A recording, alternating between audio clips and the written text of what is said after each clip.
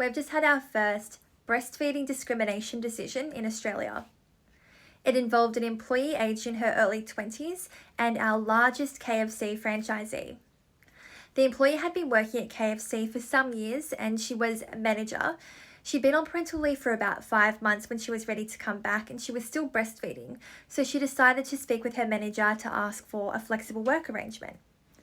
She asked for either a private room in her current store that she could use during her shift to express milk, or she asked to be allowed to leave the store to visit a nearby parent's room during her shift.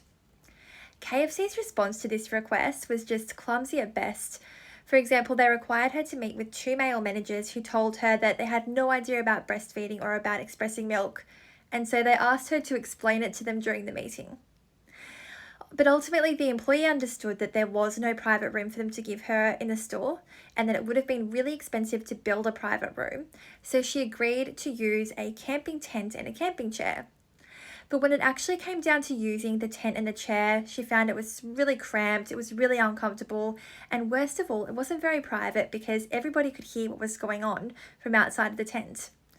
So she spoke with her manager again and she said, look, it's just not working out and I really do need to use that parent's room offsite during my shift. KFC considered her request and they said no. And they said no on a few bases. Firstly, they said that they had a franchise agreement that was very strict and it had a term that said managers need to be on site at all times so they can respond immediately to any emergency. And emergencies were very broadly defined in their policies. They also said that it would be too expensive to roster on 2 managers for each shift and that in any event she was paid for all of her breaks and she had agreed in her employment contract that she would be on site for all of her shifts, for the entirety of the shifts. So the employee found that this just wasn't workable for her. She developed some physical symptoms, she developed a psychological injury, and this matter ultimately ended up in the ACT Anti-Discrimination Tribunal. The tribunal was pretty scathing of KFC and they found in favour of the employee. They said that KFC had indirectly discriminated against the employee by having this blanket requirement that all managers have to stay on site for the whole shift. They said that that rule had the effect of disadvantaging a class of employees, and that class of employees was breastfeeding employees. They ordered KFC to review all of their policies as they affected breastfeeding employees, and they also awarded the employee $90,000, which included $10,000 towards her psychological care.